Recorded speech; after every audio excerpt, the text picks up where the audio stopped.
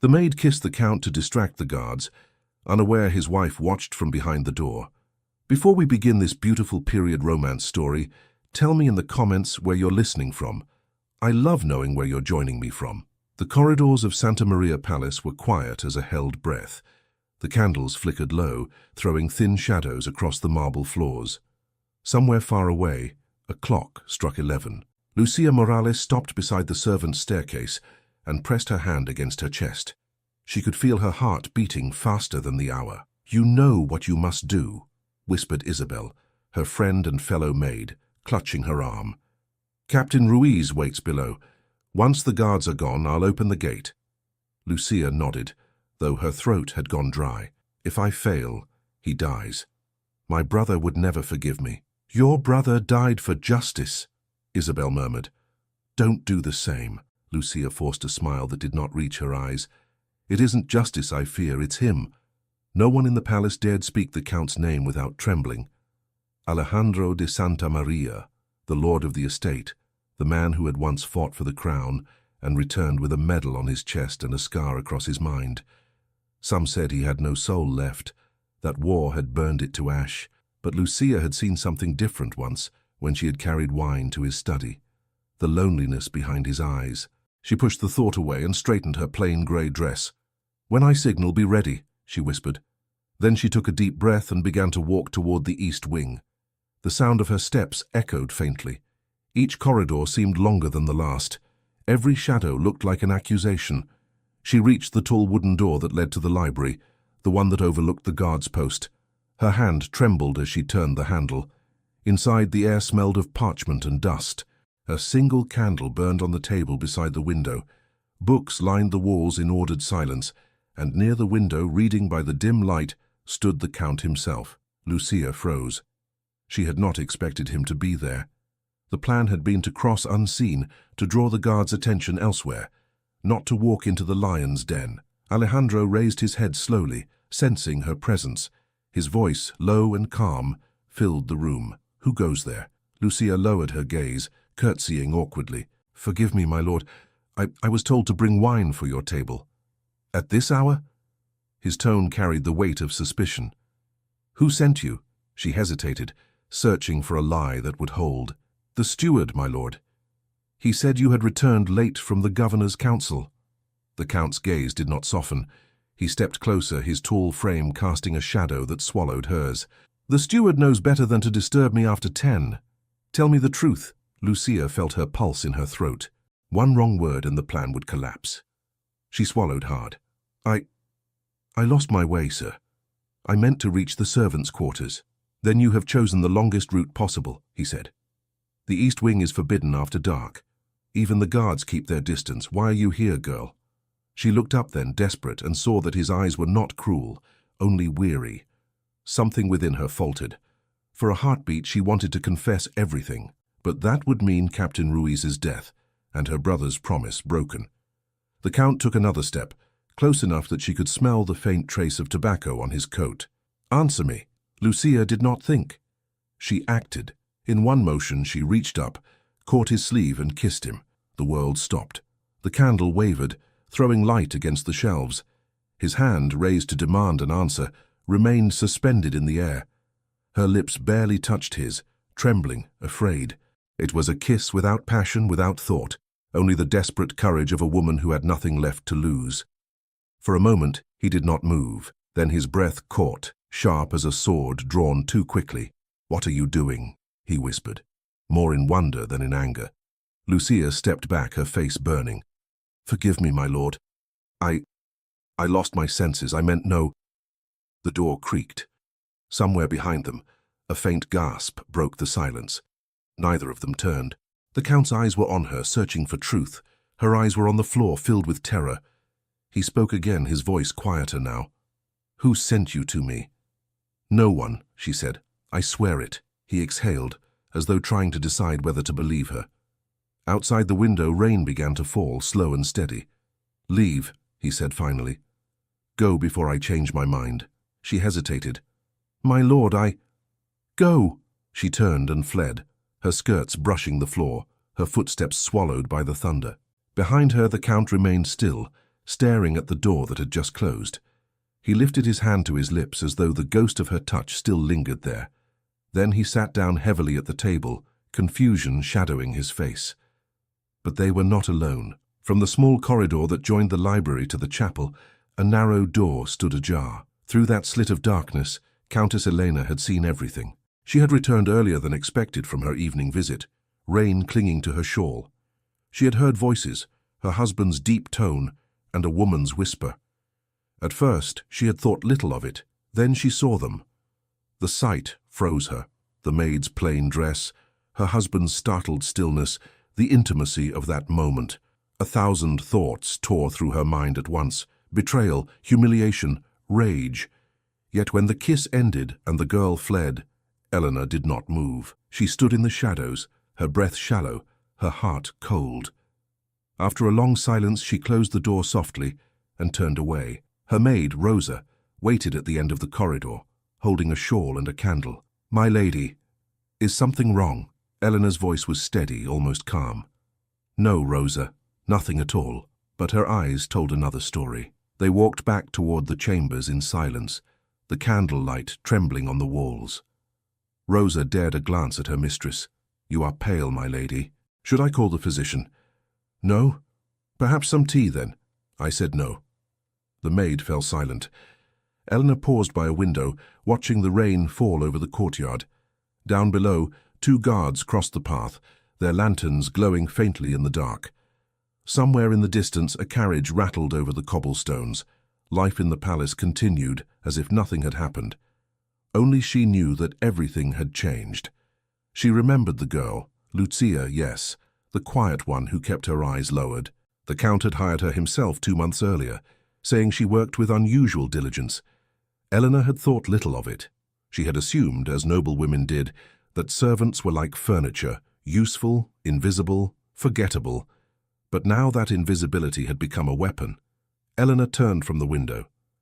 "Rosa," she said softly, "do you recall the maid with the dark hair who serves in the East Wing? The one who brings linens from the laundry?" "Yes, my lady." "I want her name." Rosa hesitated. "Lucia Morales, I believe." Eleanor repeated the name slowly, tasting it like a poison she meant to use. "Lucia." The candlelight caught her eyes, turning them into mirrors of gold and ice. "At sunrise," she said, "I want her name confirmed by every servant in this house." Rosa blinked. "My lady?" Eleanor's voice hardened, though it never rose. "You heard me. At sunrise, I want her name." The morning came grey and heavy with mist. Bells rang in the courtyard, calling the servants to their duties. Lucia rose before dawn, as always, but something in the air felt wrong. The corridors whispered. People spoke in half-sentences, glancing toward her and then away again. When she entered the kitchen, the chatter stopped. Pots clattered, water hissed, but no one looked at her. Isabel met her by the bread table, pale and tense. "Lucia," she whispered, "you must leave. Now." Lucia frowned. "Leave? Why?" "The Countess knows. Someone told her. She's asking for you by name." The world seemed to tilt. No one could have seen. She saw herself. Everyone's saying she watched you last night in the library. Isabel's voice broke into a whisper. "Lucia, please, go before she—" A sharp voice cut through the kitchen. "You there?" Both girls turned. At the doorway stood Rosa, the Countess's maid, her posture stiff, her expression triumphant. "The Countess requests the presence of Lucia Morales in the Great Hall. Immediately." Isabel caught Lucia's hand. "Don't go." "I must," Lucia murmured. "If I run, they'll call me guilty." Rosa's lips curved. "You are guilty already." Lucia followed her through the long passage. The hall smelled faintly of orange oil and incense. Sunlight filtered through the tall windows, making the marble shine too bright to bear. The Countess sat at the head of the table, dressed in pale blue, her hands folded neatly before her. Her face was calm, her poise flawless. The Count sat opposite her, half hidden behind the newspaper, though the paper did not move for several seconds. Lucia stopped a few steps away and bowed. "You sent for me, my lady." Elena smiled faintly. "Indeed. It seems there has been confusion regarding your duties. I thought it best to clarify matters in person." Yes, my lady. Tell me, the Countess continued, her tone polite. Where were you last night? Lucia hesitated. She could feel the Count's eyes behind the newspaper, though he did not look up. In the servants' quarters, my lady. Eleanor's smile did not waver. Strange. One of the guards reports seeing a maid enter the east wing. He described a grey dress, a ribbon at the wrist. Yours, perhaps. Lucia clasped her hands to hide the trembling. Many wear grey, my lady. True, said Elena softly. Yet only one of them walks with a small limp from an old burn on the ankle. Shall I show you the report? The room was silent. Lucia felt the breath leave her chest. The Count lowered the newspaper. His gaze found hers. There was no anger in it, only an unreadable weariness. Eleanor leaned back in her chair. Tell me, Lucia, what took you there? Lucia swallowed hard. A mistake, my lady. I lost my way. The Countess tilted her head. And in losing your way, you found my husband. The question struck like a slap. Lucia's voice faltered. No, my lady, Eleanor stood. Enough. Her voice was soft, but every syllable carried iron. Do you think I am blind or a fool? You have been here 2 months, perhaps less, and already you wander where you please, speaking to those above your place. She turned toward the Count. Tell her, Alejandro. Tell her what happens to servants who forget their station. The Count's jaw tightened. That is enough, Elena. Enough? She echoed. A maid dares touch her master under this roof, and you call it enough. Lucia's knees went weak. My lord, I meant no harm. Please, let me explain. There is nothing to explain, Elena said. You will pack your things and leave by noon. I do not wish to see you again. The Count rose. Elena, she turned sharply toward him. You would defend her? Before your own wife? He hesitated. His lips parted, but no words came. Lucia stared at him, pleading for a single sign that he would deny the accusations, that he would defend the truth. But he said nothing. That silence was louder than any shout. Lucia bowed her head. Yes, my lady. Eleanor studied her, the faintest trace of satisfaction behind her calm expression. You are fortunate I show mercy. Others might have you turned over to the magistrate for impropriety. Lucia lifted her head. I am not afraid of truth, my lady. The Countess gave a small, cold laugh. Then you will have plenty of it outside these walls. Lucia curtsied, her eyes stinging, and turned to leave. As she reached the door, the Count spoke quietly. Lucia, she stopped, not daring to look back. Go with dignity, he said. She bit her lip, nodding once. As you command, my lord. Then she walked out, holding her head as high as she could manage. In the courtyard, the servants gathered, pretending to sweep or carry water. Isabel ran to her. Lucia, what did she say? That I am to go. No, she cannot. She can, Lucia said quietly. And she has. By afternoon, her small trunk stood beside the gate. The guards avoided her eyes. Even the old gardener, who had once shared bread with her, pretended not to see her pass. The sky hung low and grey, heavy with rain. The gate creaked open. She stepped beyond it, feeling the world shift beneath her feet. Behind her the great palace rose silent and proud, the windows glinting like cold eyes. Inside, Alejandro sat alone in his study, staring at the untouched cup of coffee on his desk. His steward, Vargas, stood nearby, waiting for orders. Has she gone? The Count asked at last. Yes, my lord, the Countess ordered it herself. The maid left before the rain began. Alejandro nodded slowly. Did she say anything? Only that she thanked the household for her time here. The Count's hand closed around the cup. Very well. See that she receives her wages for the month. Vargas hesitated. The Countess... Do as I say. The steward bowed and left. Alejandro leaned back in his chair, pressing his hands against his temples. The memory of that moment in the library refused to fade. The fear in her eyes, the tremor in her voice, the way she had fled without looking back. He wanted to convince himself it had been nothing, but nothing did not leave the taste of regret in a man's mouth. Outside, thunder rolled again. By evening, Eleanor entered without knocking. She closed the door behind her, her steps soft on the rug. You are quiet, my husband. Almost as though you mourn. He did not look at her. I do not mourn. No? Then perhaps you regret. Enough, Elena. She walked around his desk, her perfume faint, her expression unreadable. I wonder what she thought, that little maid of yours, when you said nothing to defend her. I almost pitied her." Alejandro's eyes met hers. "Do not play with what you do not understand." "I understand perfectly. You let her go because you fear scandal. You fear what people would say if they knew a servant dared touch the great Count of Santa Maria." He stood abruptly. "And you? You parade humiliation like a trophy. Is that what honor means to you?" Her smile was thin. "Honor? In this house? No, my dear, only appearances. And I will not have them stained." She turned toward the door. "The servants will forget her soon enough, but I advise you, be careful whom you pity. People might mistake it for love." The door closed behind her, leaving only silence. Days passed. The palace settled into uneasy routine. Lucia's name was whispered at first, then not at all. But the Count could not rid himself of the unease. Each evening he walked the halls alone, hearing echoes of that brief, impossible moment. In Seville the rain continued. Lucia found a small room above a tailor's shop near the river. The owner, Don Mateo, had known her father and offered her work-mending uniforms. It was humble labor, but honest. She kept her head down, speaking little, praying the palace would forget her. One morning, Isabel appeared at the shop, breathless from the climb. "Lucia." Lucia dropped the needle she was threading. "What are you doing here?" "I had to see you. Things at the palace are strange. The Count hasn't left his study in days.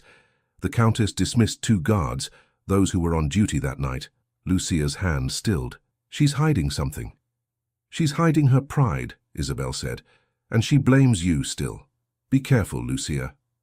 "People talk. I have no reason to return," Lucia said quietly. "Let her keep her palace." Isabel shook her head. "I don't think it's that simple. There's a rumor. The prisoner you tried to help, Captain Ruiz, he's gone, released." Lucia looked up sharply. "Released? Who ordered it?" "No one knows. The papers say he was pardoned by a private decree. No signature." Lucia's breath caught. "The Count." Isabel's eyes widened. "Then he knows the truth." Lucia turned toward the window, watching the river shimmer under the weak sunlight. If Alejandro had freed Ruiz, then perhaps he knew more than he had ever admitted. Perhaps his silence had not been cowardice but protection. Still, she could not return. To step inside those walls again would be to invite ruin, yet destiny was already moving without her.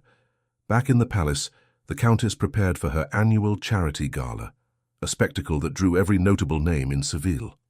"We shall remind them," she told Rosa as she examined the guest list, "that Santa Maria honor is unshaken." Rosa nodded obediently. "And the Count, my lady?" "He will attend," Elena said. "I have made sure of it." That night, as music filled the halls and laughter echoed under the chandeliers, Alejandro stood near the window, detached, his thoughts elsewhere. He had not spoken to his wife since their quarrel. Every toast, every dance felt like a lie. Elena moved among the guests with practiced grace, her smile polished, her voice light. But behind that mask, her mind worked relentlessly. She had heard whispers that the Count had paid a visit to the magistrate's office, that documents had disappeared from the records. She would find out why. The storm broke after midnight, thunder shaking the windows. Guests hurried to their carriages, cloaks drawn tight. Eleanor stood alone by the stairway, watching the rain. Rosa approached. "My lady, the Count has gone to his study." Eleanor's mouth curved. "Then the night ends as it began, with secrets." Meanwhile, far from the palace, Lucia closed the tailor's shop, listening to the rain against the roof. She lit a candle, whispering a prayer for her brother, for Captain Ruiz, and for the strange mercy that had freed him. She did not know that beyond those walls, the woman who had destroyed her was planning something far darker. The next morning, Rosa delivered a sealed note to a courier. The seal bore the crest of Santa Maria. "Take this to the river quarter," she instructed, "to the house of Don Mateo Morales." When the courier left, Rosa hesitated. "My lady, are you certain?" Elena smiled faintly. "Oh yes. If the girl thinks she can escape her sins, she will soon learn otherwise." That afternoon, Lucia received the letter. The wax was smudged, the paper damp from the rain. She opened it with trembling hands. The message was short. "Return to the palace. The Count wishes to see you. It concerns the prisoner. Come alone." Her heart pounded. Could it be real after everything? She stared at the seal again, the familiar crest. She thought of the Count's quiet eyes, his promise to do what was just. Hope, foolish and fragile, rose inside her. Isabel warned her not to go, but Lucia could not resist. As dusk fell, she wrapped her shawl around her shoulders and walked toward the palace gates. The guards let her pass without question. The corridors were dim, the air heavy with silence. She climbed the familiar staircase to the drawing room, where light flickered under the door. She entered slowly. The Count was not there. At the table stood Countess Elena, dressed in black, a small smile on her lips. "Welcome home, my dear," she said. "I was beginning to think you'd forgotten us." Lucia froze. "Where is the Count?" "Occupied, but I am here in his stead. Do sit down." Lucia backed away. "Why did you bring me here?" Elena stepped closer, her voice calm, almost tender. "I only wish to understand what my husband saw in you that he never saw in me." Lucia shook her head. "You don't understand. There was nothing—" "Oh, but there was," Elena said softly. "I saw it with my own eyes." Lucia turned to flee. "Do not worry, my dear," Elena called after her. "Soon neither of us shall have him." The door opened behind her. A deep voice cut through the tension. "Elena." Lucia turned. The Count stood in the doorway, his expression unreadable, his eyes moving from one woman to the other. He took one step inside. The Count stood in the doorway, his presence drawing every breath from the room. Rain hammered the windows, and the candles flickered under the pressure of the wind. Elena turned first, her expression composed, but her voice sharp with alarm. "My husband," she said, forcing a thin smile. "How timely. We were just speaking of you." Lucia stepped back, her hands trembling. "My lord, I received your letter. I was told—" Alejandro's eyes darkened. "My letter?" "Yes," she whispered. "The seal bore your crest." He looked at Elena. "You sent it." Elena lifted her chin. "I did. Someone had to put an end to these secrets." Lucia looked from one to the other, her confusion turning to fear. "Why would you summon me under his name?" The Countess's tone softened, but only in appearance. "Because you would not have come otherwise. You have something that belongs to this house of the truth, and I intend to hear it." Alejandro stepped forward, his voice low. "That was cruel, Elena." She faced him with fire behind her calm. "Cruel? You call me cruel after what I saw that night? After the disgrace you brought into my home?" Lucia tried to speak, but the Count raised his hand. "Enough. This is not the time." But Elena pressed on. "No, Alejandro, this is exactly the time. You would rather keep your reputation intact than confront what is festering beneath it. I will not live in the shadow of your shame." Her words struck like blows. Lucia flinched at each one, unable to move or defend herself. Alejandro turned to Lucia, his voice gentler. "You should not have come. You're not safe here tonight." Lucia's breath caught. "I came because I believed you asked for me." "And you believed I would do that?" he said quietly. "After everything?" "I didn't know what to believe anymore." Elena folded her arms. "You hear her, my dear husband, so innocent, so confused. Tell me, does her trembling move you still?" "Enough!" The Count's voice filled the room, cutting through the thunder outside. "You've made your point, Elena. You've humiliated her once. Will it make you feel stronger to do it again?" The Countess's eyes glimmered with cold light. "I do not seek strength. I seek justice." "There is no justice in cruelty," he said. Her mouth curved in something between a smile and a wound. "Then perhaps you should have thought of that before allowing her lips to touch yours." Lucia turned away, her face pale. "Please," she murmured. "I do not wish to cause trouble. Let me go." "No," Elena said sharply. "You wanted to play the savior. Now face the cost of your heroics." Alejandro stepped between them. "You will not speak to her like that." Elena laughed quietly. "How noble. You protect her even now. Then tell me, Alejandro, what was she doing in the East Wing that night? Why did she seek you out?" He hesitated. Lucia watched him, praying for the truth. Finally, he said, "She came to warn me. About a prisoner held unjustly. She thought I would listen." The Countess blinked, caught off guard. "A prisoner?"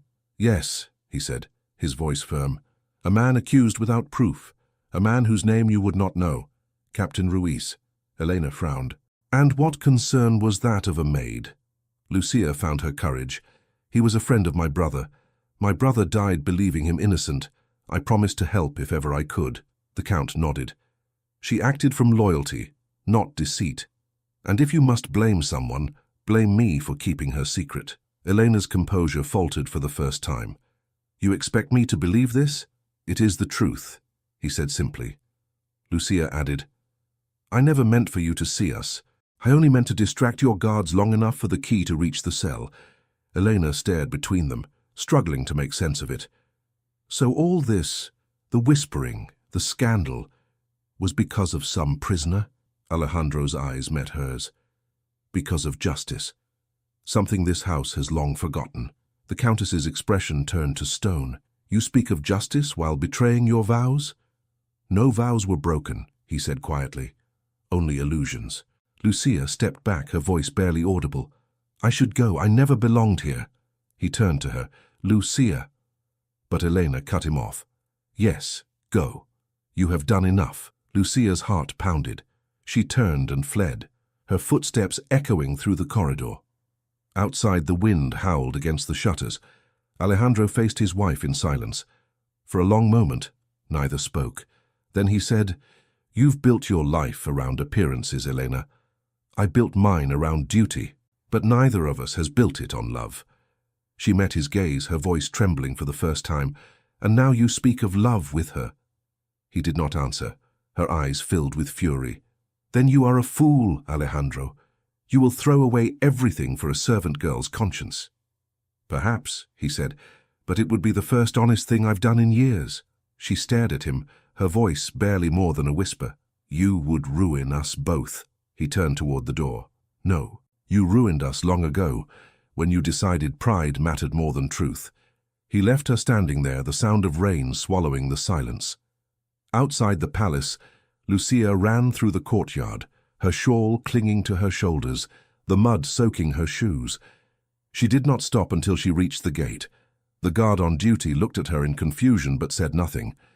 By the time she reached the river quarter, dawn was already breaking, pale and cold. She collapsed on the steps of Don Mateo's shop, shaking from exhaustion and fear. When he found her there, he helped her inside, murmuring softly, Child, what have they done to you? Nothing that wasn't already done, she whispered. Days passed in uneasy silence. She avoided the city center, knowing how quickly rumors spread. Isabel came once, bringing a loaf of bread and frightened news. The Count hasn't been seen in public, she said. And the Countess, she's furious. They say she's written to her cousin in Madrid to have him recalled to the court. Lucia frowned. Recalled? Why? To destroy him, I think. She means to have him stripped of his post. She blames you for everything. Lucia's heart sank. Then I must leave Seville. Where will you go? Anywhere the wind allows. But before she could make plans, fate intervened again. One afternoon, as she worked at the tailor's table, the door opened. A man stepped inside, tall and cloaked against the rain. His voice was familiar. Don Mateo. The tailor looked up. My lord. Lucia froze. She did not need to see his face to know. Alejandro pulled back his hood. His eyes found hers instantly. She rose, speechless. I had to see you, he said. Don Mateo cleared his throat. I'll leave you two alone. He vanished into the back room, leaving the candlelight flickering between them. Lucia clasped her hands. Why did you come here? If the Countess finds out, she already knows, he said. And she no longer has power over me. Lucia frowned. What do you mean? I've dismissed her household. She's gone to her family's estate near Madrid. I won't live another day bound by deceit. She stared at him. You risk everything for me? No, he said. For truth. For what should have been right from the start. Her voice trembled. What happened after I left that night? He sighed. The storm nearly destroyed the vineyard roofs. In the chaos, I freed Captain Ruiz myself. The accusations against him were false, forged by one of the governor's men. Your brother died protecting the only man who could expose the corruption. I owed him that freedom. Tears welled in her eyes. Then my brother did not die in vain. No, he said softly. He did not. She turned away, trying to hide her tears. You shouldn't be here. If anyone sees you... I do not care who sees me, he said. I only care that you know I am not the man they claim I am. She faced him, her eyes shining with both fear and hope. And what am I to you, my lord? A mistake you wish to forgive? He stepped closer. You are the only thing I've not been able to forget. For a moment, neither spoke. Outside, the rain softened into a whisper. Lucia drew a shaky breath. Even if that's true, what future could there be for us? You are a count. I am nothing. You are everything, he said quietly. And titles mean little when the soul is empty. She shook her head. The world will not forgive such a thing. Then let the world be wrong for once.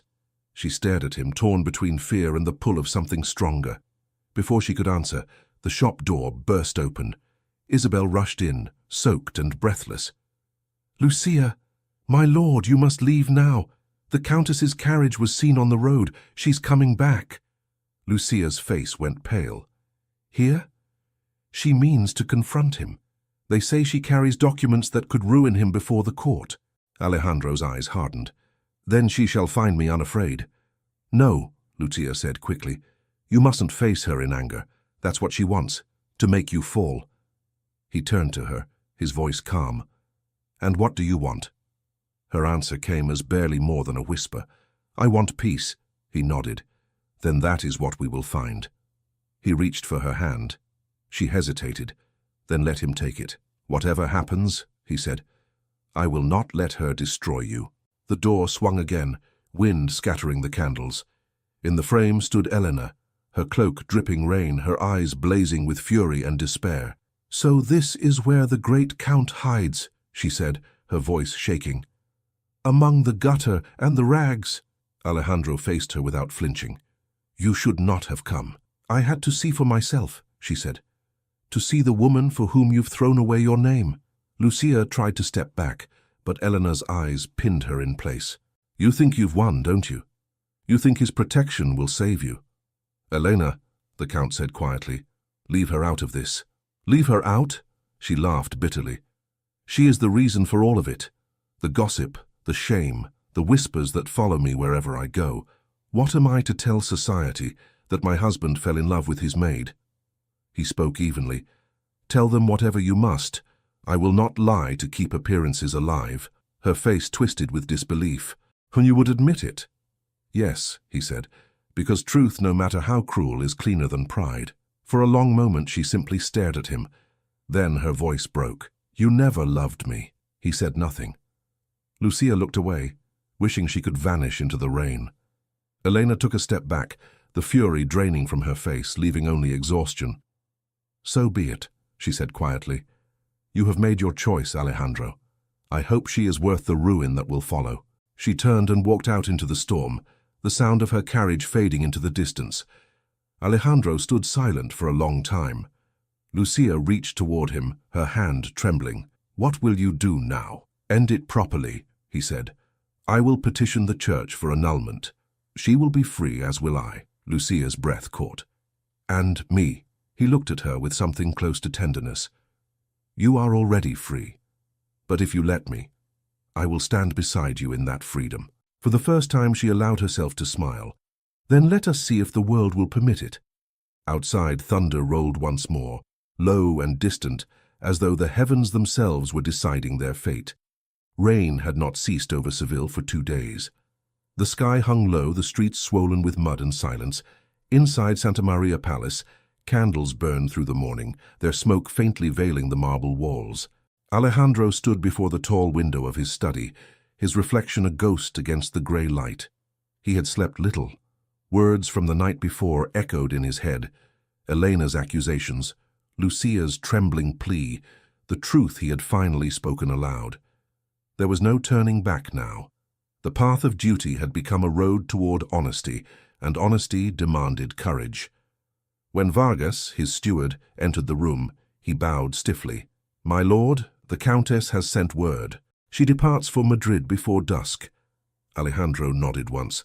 Ensure she has everything she requires. Vargas hesitated. My lord, shall I inform the staff? Yes. Tell them that from this day forward, the Countess and I will live apart. There will be no gossip tolerated in this house. Yes, my lord. When the steward withdrew, Alejandro let out a long breath. It was done. What had begun as a storm of jealousy would end in truth. But peace did not come easily, not until Lucia was safe again. He called for his horse and rode through the rain toward the river quarter. The streets were near empty, only a few carts passing under dripping awnings. The tailor's shop appeared through the fog, its shutters half closed. When he entered, the smell of wet cloth and candle wax filled the air. Lucia sat near the window, sewing in silence. When she saw him, the needle fell from her fingers. "My lord," she whispered, "you shouldn't have come. I told you last night," he said softly. "I will not hide any longer." She stood, her voice low. "The city already whispers. The Countess's carriage was seen leaving before dawn. They'll say she fled because of me." "Let them say it," he answered. "I've spent half my life defending a name. I care more for truth now than for reputation." Lucia shook her head.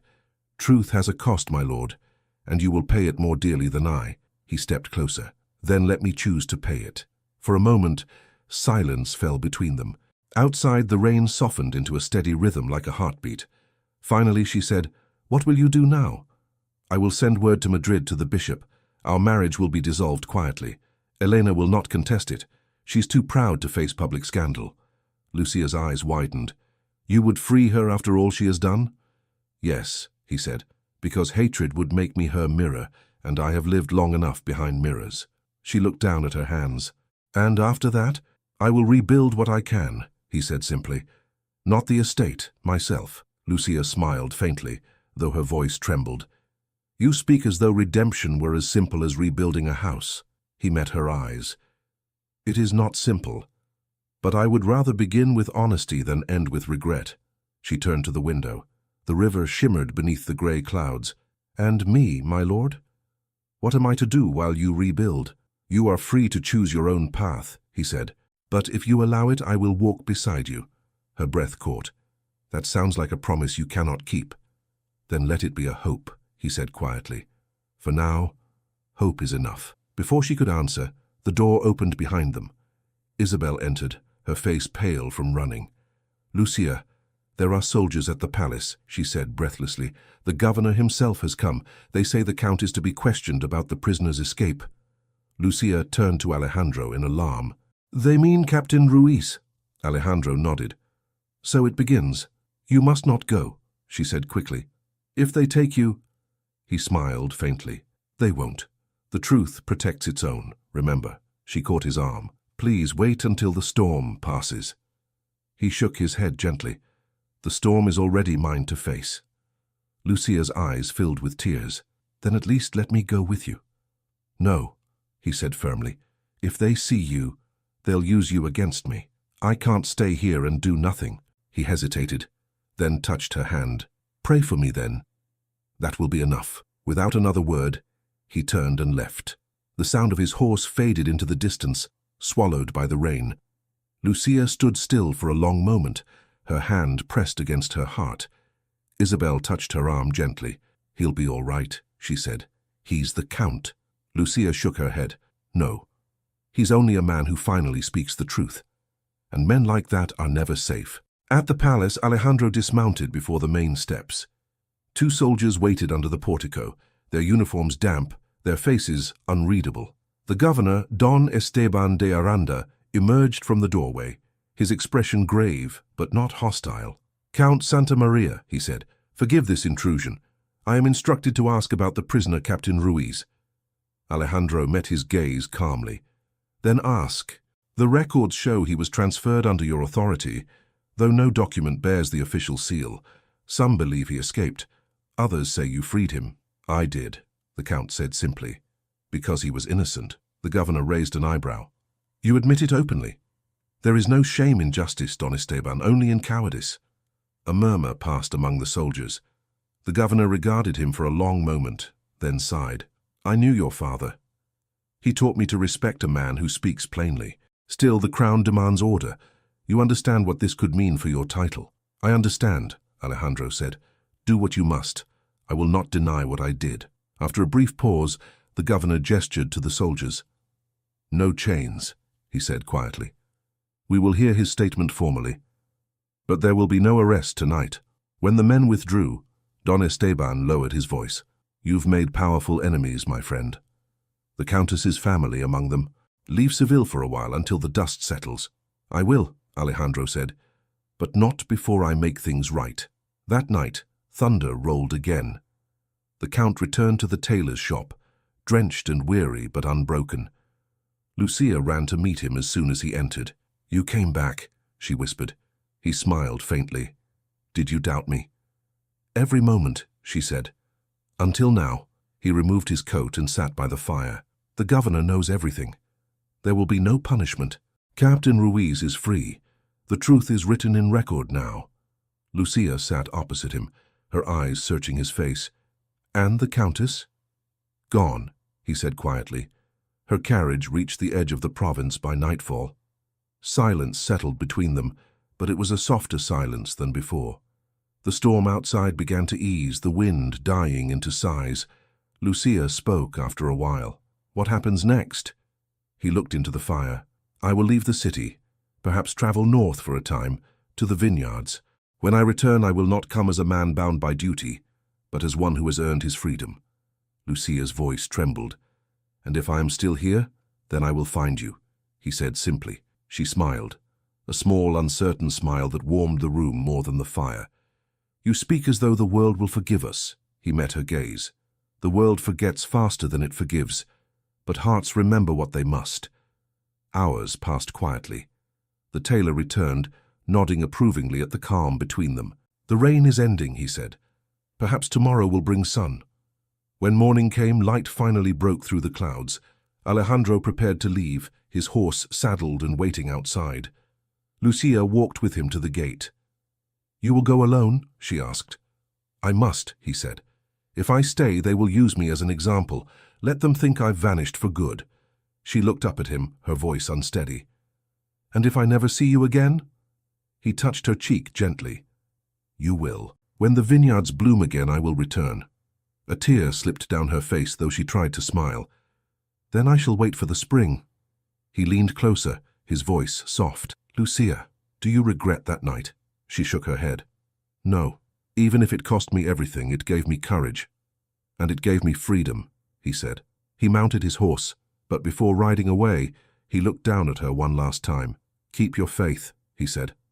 That's all I ask. She nodded, her hand pressed to her heart. Go with God, my lord. He rode into the dawn, his figure fading into the mist. Weeks passed, the rain gave way to sunlight. Life returned to Seville, though whispers of scandal lingered like faint perfume. Lucia continued her work at the tailor's shop, her days quiet, her nights filled with memories. She often walked by the river, watching the current carry leaves downstream, wondering where it might carry him. One afternoon, as she closed the shutters, Isabel appeared again, smiling for the first time in months. He's returned, she said breathlessly. The Count, he's come back. Lucia froze. When? This morning. He rode straight to the palace. They say he means to address the town council himself. Lucia's heart quickened. For what purpose? To restore the estate in his name and to clear yours. Lucia stared out the window, the sunlight bright in her eyes. Then he kept his promise. That night, thunder rolled far away, gentle now, only a memory of the storms they had endured. Lucia knelt by her bed, whispering a prayer of gratitude, not for her freedom, but for the courage it had taken to earn it. She did not know that at the same moment Alejandro stood before the chapel of his ancestors, head bowed, speaking words that only the saints would hear. Forgive what pride destroyed, he murmured, and bless what love restored. The storm outside faded into stillness. The city slept under clear skies for the first time in many months. Spring came to Seville like a breath of forgiveness. The river glittered again, the air alive with the scent of orange blossoms.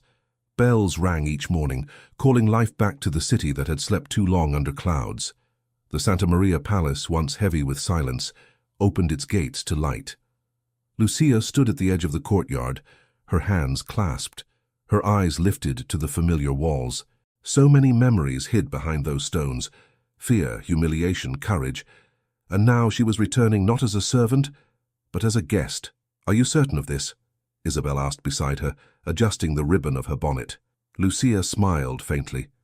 No, but I have waited long enough to stop being afraid. A carriage stopped at the gate. From it stepped Alejandro, dressed simply, without the gold of rank, only a plain coat and a quiet smile. His eyes found her instantly. "Lucia," he said, his voice warm, almost disbelieving. "You came." "I told you I would wait for the spring," she answered softly. He took a step closer. "And I told you I would return." For a moment neither spoke. The wind moved gently between them, carrying the faint sound of the city beyond the gates. Then he offered his hand. "Walk with me." She placed her fingers in his. "Is it true?" she asked as they passed under the archway. "The rumors that you spoke before the council?" "It is true," he said. "I told them everything, about Captain Ruiz, about the forged accusations, about the night you risked everything to save an innocent man. Your name is cleared in every record." Lucia stopped walking, overcome. "They believed you." "They did more than believe," he said. "They asked that I return to my seat as governor of the province." Her brow furrowed. "Will you accept?" He smiled slightly. "Only if you stand beside me." Lucia shook her head. "I am not made for power. Neither am I," he said. "But I am made for truth, and you have been its voice since the day we met." She looked down, fighting the tears that threatened to fall. "Alejandro, I am still a servant's daughter. The city will never let you forget it." He touched her chin gently, lifting her face toward him. "Let the city say what it will. I am done listening to its lies." She closed her eyes briefly. "And the Countess?" "Gone to Madrid. The bishop granted our separation. She will not return." Lucia's breath trembled. "So it is truly over." "Yes," he said softly, "and something new begins." They walked to the garden where the first blossoms of spring had opened. The air was filled with the hum of bees and the laughter of distant servants. Alejandro stopped near the fountain where they had once passed without speaking, back when fear ruled both their hearts. He turned to her. "Do you remember this place?" She nodded. "I brought water here every morning. You never looked at me." "I looked," he said, "but I did not see. I saw only what duty allowed me to see, and that blindness nearly destroyed us both." Lucia smiled. "Perhaps it saved us too. We might never have found courage otherwise." He took a slow breath. "Courage, yes. That is what I see in you still." Their silence was tender, not uneasy. The fountain murmured softly behind them. He reached into his coat and drew out a small velvet box. Lucia's eyes widened. "What is that?" He opened it. Inside lay a ring of gold, simple, with a single white stone that caught the sun. "This belonged to my mother," he said. "She wore it when she married my father. It is the only thing of hers I kept." Lucia shook her head in disbelief. "Alejandro," he took her hand, his voice steady but full of feeling. "Lucia Morales, I offer you nothing that wealth can buy. I offer only the peace I have searched for my entire life. Will you accept it?" She stared at him, tears filling her eyes. "You cannot mean to marry me." "I do," he said, "before God and before those who still believe in honor." She covered her mouth, unable to speak for a moment. "But the world can stand aside," he said firmly. "I have lived half my life in shadows, and I will not live another day without light." Lucia laughed softly through her tears. "Then yes," she whispered. "Yes, I will." He slipped the ring onto her finger, his hands trembling slightly. "Then let the spring bear witness." At that moment the chapel bells began to ring across the city. Lucia looked up, smiling through her tears. "They sound like they're blessing us." "Perhaps they are," he said. The next days were a blur of quiet preparations. The wedding would be small, at the chapel within the palace grounds. The same servants who once whispered gossip now hurried with flowers and candles, their faces lit with warmth and curiosity. Isabel oversaw everything, smiling proudly each time she passed Lucia. "Who would have imagined this?" Isabel said, as they arranged the white ribbons along the pews. "The girl who once scrubbed these floors will walk down the aisle to marry the master himself." Lucia blushed. "Then perhaps I should wear my apron for old time's sake." Isabel laughed. "If you do, he'll still think you're the finest lady in Spain." By evening, the small chapel glowed with candlelight. The Count stood at the altar, waiting, his heart beating fast beneath his simple coat. No medal adorned him, no sword at his side, only the humility of a man made new. When Lucia entered, the room seemed to brighten. Her dress was modest, the fabric borrowed, but she carried herself with the quiet grace of someone who had earned every breath of this moment. Her eyes met his, and the world fell silent.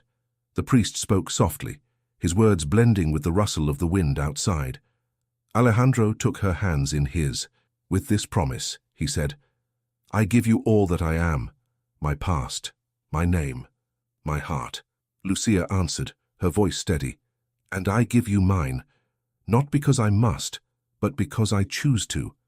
I have known fear and shame, and they led me here, to courage, to forgiveness, to you."